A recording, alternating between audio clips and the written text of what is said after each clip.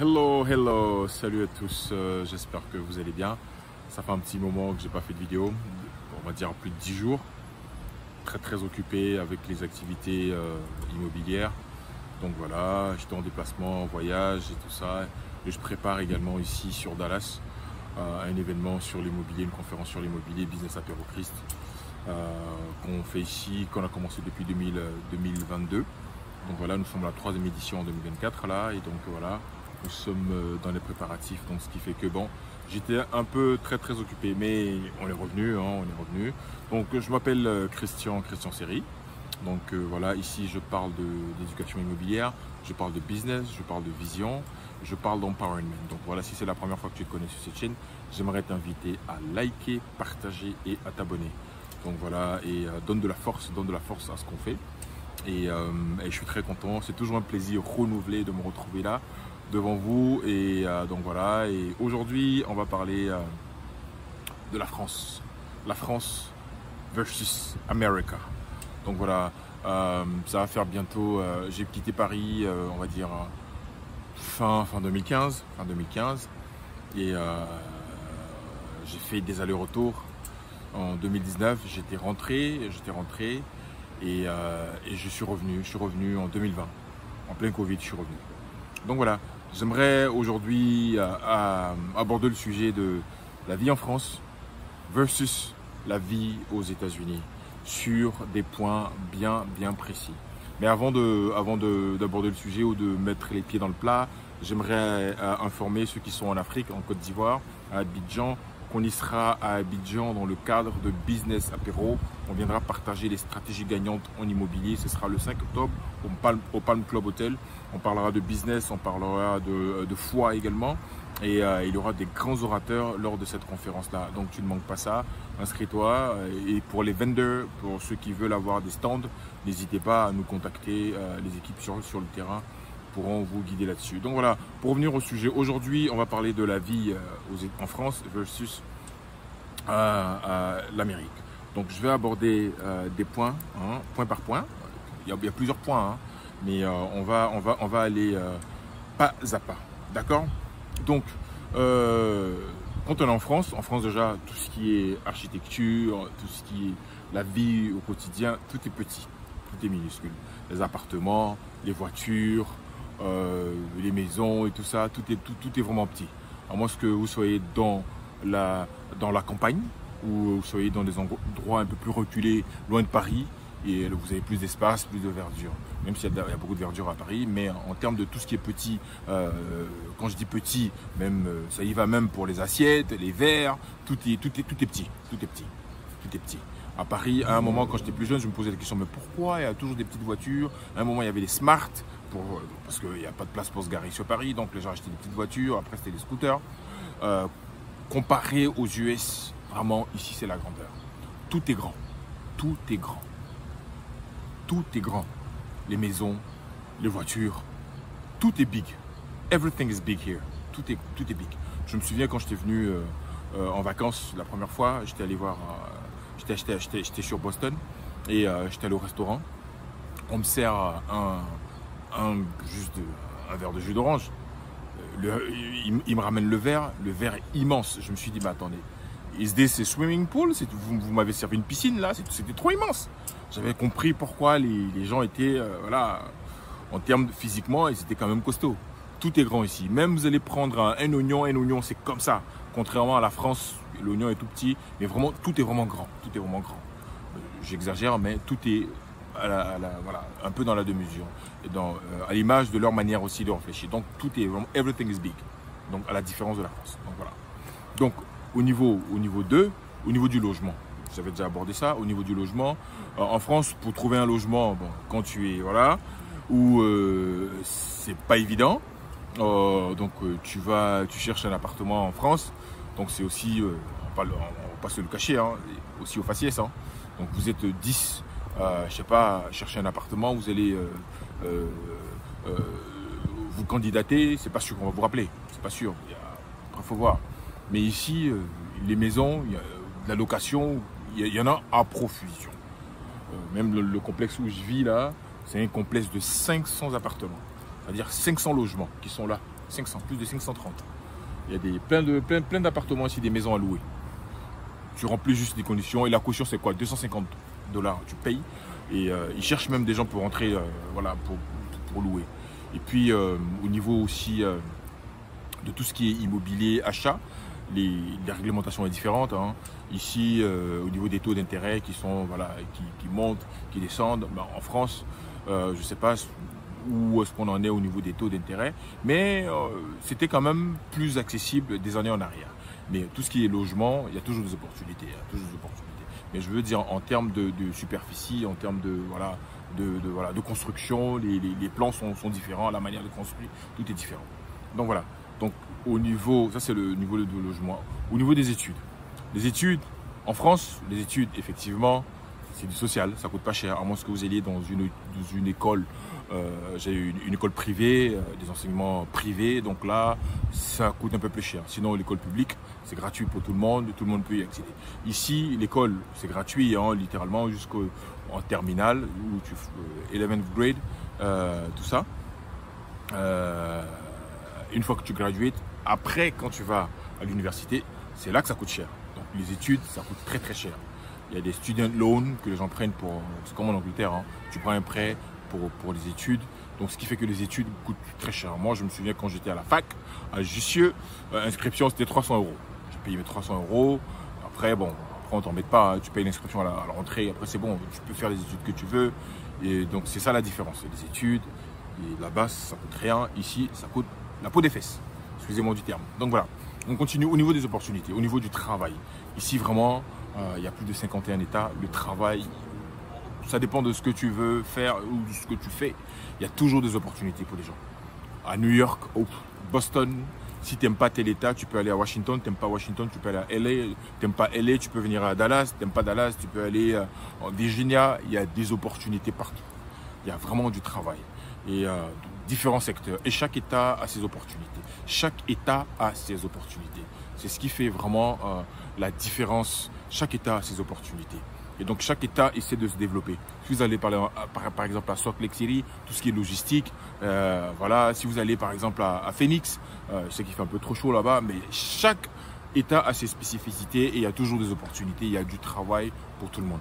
Et au niveau des salaires, ça n'a rien à voir. Ce que je touchais en France, c'est pratiquement le double, le triple de ce que je touche ici. Donc, quand j'étais employé, quand je travaillais à Boston et en tant que salarié, ça n'avait rien à voir complètement.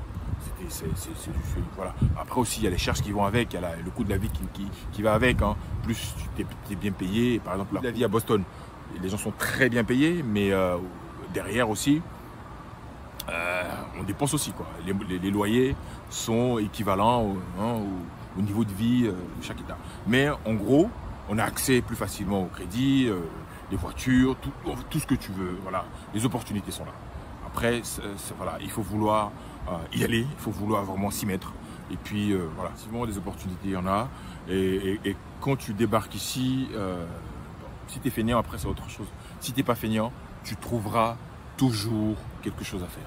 Et puis, j'ai l'impression qu'ici, l'argent circule plus facilement.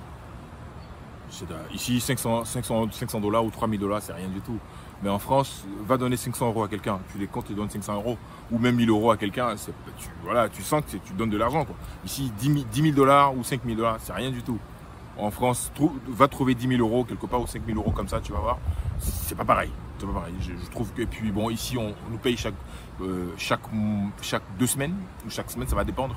Maintenant, si tu es salarié, qu'on te paye à la fin du mois, ça veut dire que tu as un poste vraiment très très élevé où on te paye un certain montant qui demande qu'on te paye à la fin du mois. Sinon, l'argent, vraiment, ça circule. En tout cas, c'est ce que j'ai comme sentiment ici. Donc voilà. Et donc du travail, il y en a. Si tu n'es pas paresseux, quel que soit le domaine, que ce soit la tresse, pour les femmes qui font de la tresse, les femmes africaines ou tout ce que pour les blacks, entre guillemets, les afro-américaines, c'est une industrie, même si tu fais de la tresse, même si tu es chauffeur Uber, même si tu fais même en tant que serveur, vraiment, les salaires ne sont pas les mêmes. Pour ceux qui travaillent dans certains domaines, qui ont quitté la France, qui viennent ici, ils trouvent que c'est pas pareil. Et donc voilà. Donc on a parlé du travail et des opportunités, on va parler de la santé. Au niveau de la santé, c'est vrai qu'en France, il y a la Sécurité sociale, où voilà, on prends soin de toi. Et puis le coût de la santé est moins élevé en France qu'ici. En France, pour même des interventions lourdes, que ce soit les accouchements ou des opérations, voilà, c'est quand même raisonnable. Si vous avez la sécu, la mutuelle, et finalement, voilà, ça peut vous coûter des cacahuètes, quoi. Vraiment, c'est vraiment abordable.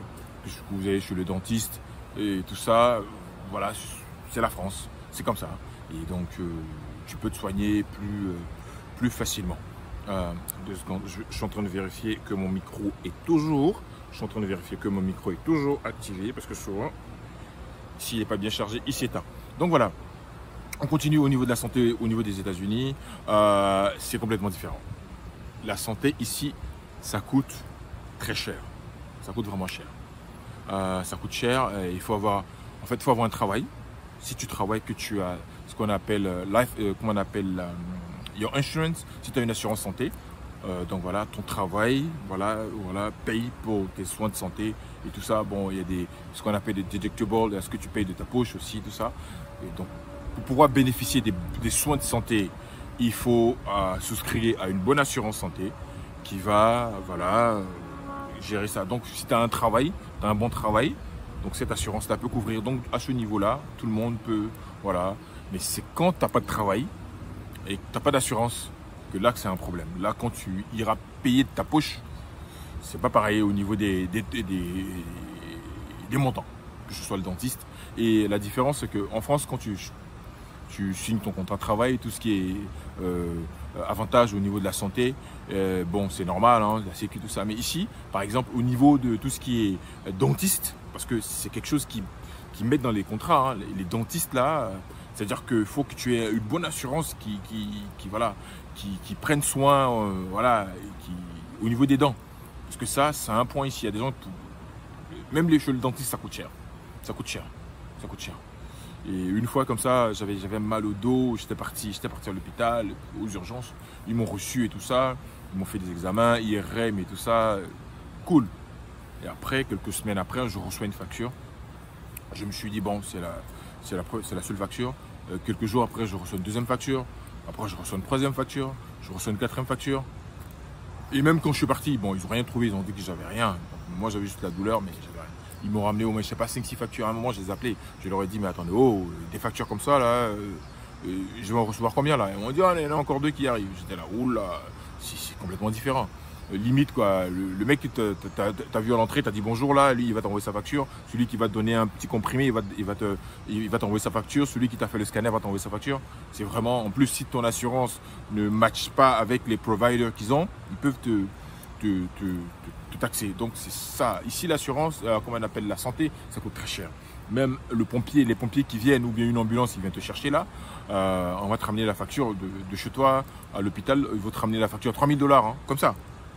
Donc voilà, ça coûte vraiment cher. Donc le point suivant qui est le mindset. Au niveau du mindset américain, le mindset est complètement différent. Au niveau des États-Unis. Le mindset est complètement différent. Yes, quand tu arrives ici, tu as cette impression-là que voilà, tu te sens tout est possible. Ici aux États-Unis. Tout est possible.